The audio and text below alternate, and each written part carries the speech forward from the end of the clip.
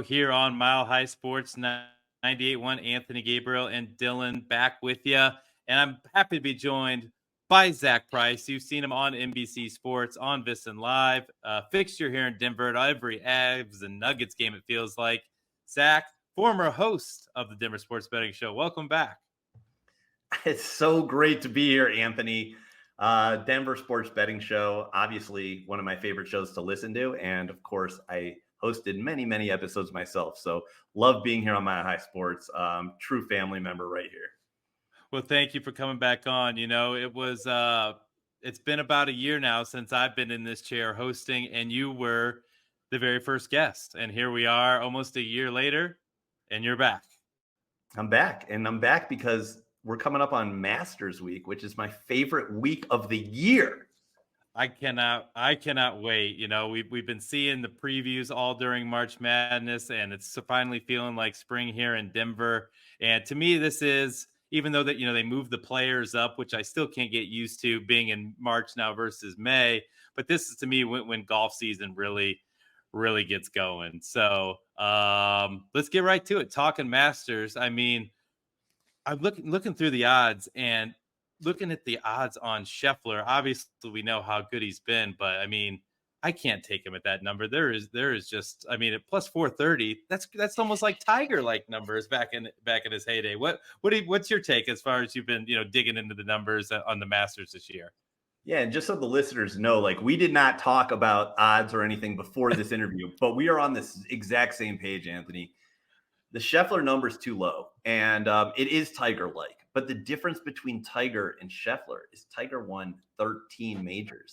Scheffler's won one major. He has one more major than I do, and one more than you, and one more than Dylan. And it wasn't the Masters here 2 years ago. But he is the best player in the world, and he is playing the best of anybody. And it seems like anytime he is in the tournament, he's going to be in the mix. But this is the Denver Sports Betting Show, and we got to play the odds. So I will not be betting Scottie Scheffler to win the Masters before the tournament. Yeah, so you're looking, maybe he has a bad first round, and we can get a little bit better number later on. Is what you're thinking? That's exactly what I'm thinking. So the Masters traditionally on Thursday is a very difficult day. And, you know, you mentioned the greatest of all time, Tiger Woods. His goal on Thursday was to not shoot himself out of the tournament. He wasn't trying to shoot 5 under. Like, at the Masters, you can't just go for birdies. You have to take what the course gives you. And so Tiger was the master of the Masters at shooting 1 or 2 under the first day, 1 or 2 under the next day, and then on Saturday going for those pins when they're in a more accessible spot. And so with Scottie Scheffler, you almost can, you know, my strategy will be to not bet him before the tournament, to hope he does shoot that 1 or 2 under, maybe worse, and to let that plus 430 climb to a plus 700 maybe. We'll see someone's going to shoot 5 or 6 under. And so perhaps it won't be him, and we'll get a better number. I'm hoping to even go through the weekend and maybe to get Scheffler on Friday night before his Saturday round. That would be ideal for me.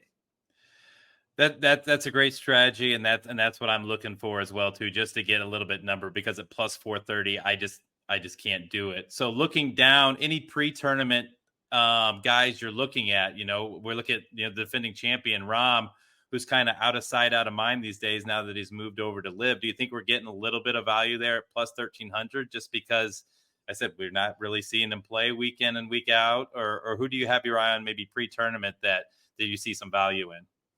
Yeah, definitely. So, you know, if you're watching this stream, I'm looking down because I'm looking at my phone at all the odds. And Brooks Koepka is a guy that comes to mind around 19 or 20 to 1.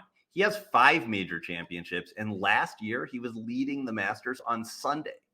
And he's been playing incredible golf on the Live Tour. I think 11 out of his last 12 rounds have been in the 60s. So he's a major sniper. I'm absolutely going to prefer Koepka at 20 to 1 over Scheffler plus 430. You know, if I go down the board, you know, you mentioned Rahm. So plus 1350, a good number for Jon Rahm to win any tournament. I would love to take that. But there's a history of the Masters champ having a really rough year the following year. They have to host the Champions Dinner, and that's a whole thing in itself. And they expended so much energy the year before it's almost like a relief in Rahm's case, his first green jacket, that he's got that green jacket. And so, that hunger to win the Masters, it's still there, believe me, but it's not quite like winning that first one. And so, Jon Rahm, I don't want to say I'm going to fade him, but I'm not going to be betting him to win the Masters out of the gates. It's funny you said we didn't compare notes, and I'm looking at mine right here, and Brooks is the guy that I've got there at plus 1900, who is just there in every single major. You mentioned he had the two-shot Rom in the final group last year, and just did something that Koepka doesn't normally do, and shot 3 over par and kind of gave it away. So Brooks is a guy that I certainly have circled. Dylan, let's bring you in here. Who have you been looking at, kind of pre-tournament odds that you maybe had Um, your eye on?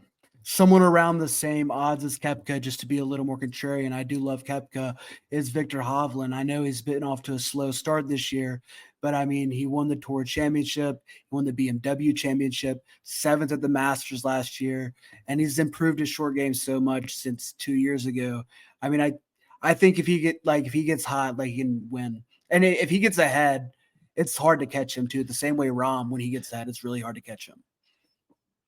Yeah, I definitely think you're getting a little bit of value with Hovland. He's had a little, slow start to the spring, made a change to the swing coach, which is a concern for me that he just hasn't been in the form. But when he is in form, he's as good as anybody in the world. A guy that I think is interesting because he hasn't been playing well, but we know he always, tends to show up at Augusta is Spieth. He's playing this week at TPC San Antonio, so I'm curious to see his form at a tournament, at a course he knows well there, at TPC, has won at before, but he's coming into that tournament missing 2 straight cuts. So I've got my eye on Spieth and guys like McIlroy, guys that are playing this week, to see how they kind of look, what kind of form they're in. I can't believe it's 7 minutes in and the first time Rory's name has come up. Zach, any interest in Rory or anybody else a little bit farther down the board? Yeah. I said I know Brooks. I said we're both on the same page there. Brooks, anybody else that's kind of caught your eye? I know it's tough because we Rory. don't have like the top 10 or the top 5 bets lines out yet, but Right. No, we're a week early, but it's good to talk about it. Rory is a guy who always starts out slow at the Masters, and he comes on really strong. So if he gets a good Thursday round in, that's what I'm looking for from Rory McIlroy to jump on him. He needs to get that first round. So Rory McIlroy is absolutely a threat anytime he steps on the tee. He's just got to start fast. yeah, especially at Augusta. Another guy that kind of last guy that I'm interested to see. We know nobody in the first start since Fuzzy in '79, but Wyndham Clark. We saw him win the U.S. Open last year down there at 30-1. We saw the near miss at the Players when he was going toe to toe. He's a guy that again it'll be interesting to see again. First time at the Masters, all that pressure. Nobody's been able to get over the hump. We saw Sam Bennett last year come out though and set it on fire. So it's just such a great tournament. Like I said, you hear the music and that's your day. You hear the broadcasting and I can't wait. It's going to be a phenomenal tournament. But I think I'm with you, Zach, that my money pre-tournament is going to go on Brooks and then look for Scheffler maybe live just to get a little bit more value. Yeah, and I'd like to say around a point about Wyndham, just from an edge standpoint, he's as low as plus 1,500 on Caesars, but on Betfred, if you're in Colorado, you can get him at plus 8,000 there. It's like a huge edge. So definitely shop around because there are some big time inconsistencies in the market. It's gonna be a fun tournament. Again, there's gonna be so many more props coming up, the top American, the top amateur. So we'll have plenty more to bet on. And we'll make sure we give you all our insights on all of our socials. Zach, we do have a couple minutes left before we go. I know how big an NBA guy you are. Big game tonight for the Nuggets, going to the Clippers, 3-point favorite. Do you think the Nuggets can get this home? And it's hard to believe 6 games left and lock up that number 1 seed, which we know was so important for them to have home court advantage last year in that playoff run. Can they get home and can they get healthy? We've seen even without Murray, they've been able to, I don't want to say miss a beat, but they've been able to get it done. I think it's going to be, starting with the Clippers is going to be a really tough run. So they have not been playing the best, as you mentioned, without Murray. It's really tough. Mhm. The bench bunch is going to have to step up. And so one guy I'm looking to step up big time is Peyton Watson. He's been playing great lately, especially when he's in the game with Nikola Jokic and he's slashing the hoop and Jokic just finds him. Peyton's also an amazing defender with those long arms. The other night he was playing against Victor Wembanyama and played him pretty tough. So, he's got the nickname Peyton Swatson for all the blocks he's been throwing. So I think he's going to be a huge key to the Nuggets' success, and along with the rest of the bench guys. I agree. Dylan, any thoughts on the game tonight with the Nuggets? It's gonna be a tough matchup versus Clippers. Definitely their toughest matchup, maybe besides the Wolves in their upcoming schedule. But Nuggets are anywhere from 1.5 to 3.5 point favorites I see right now.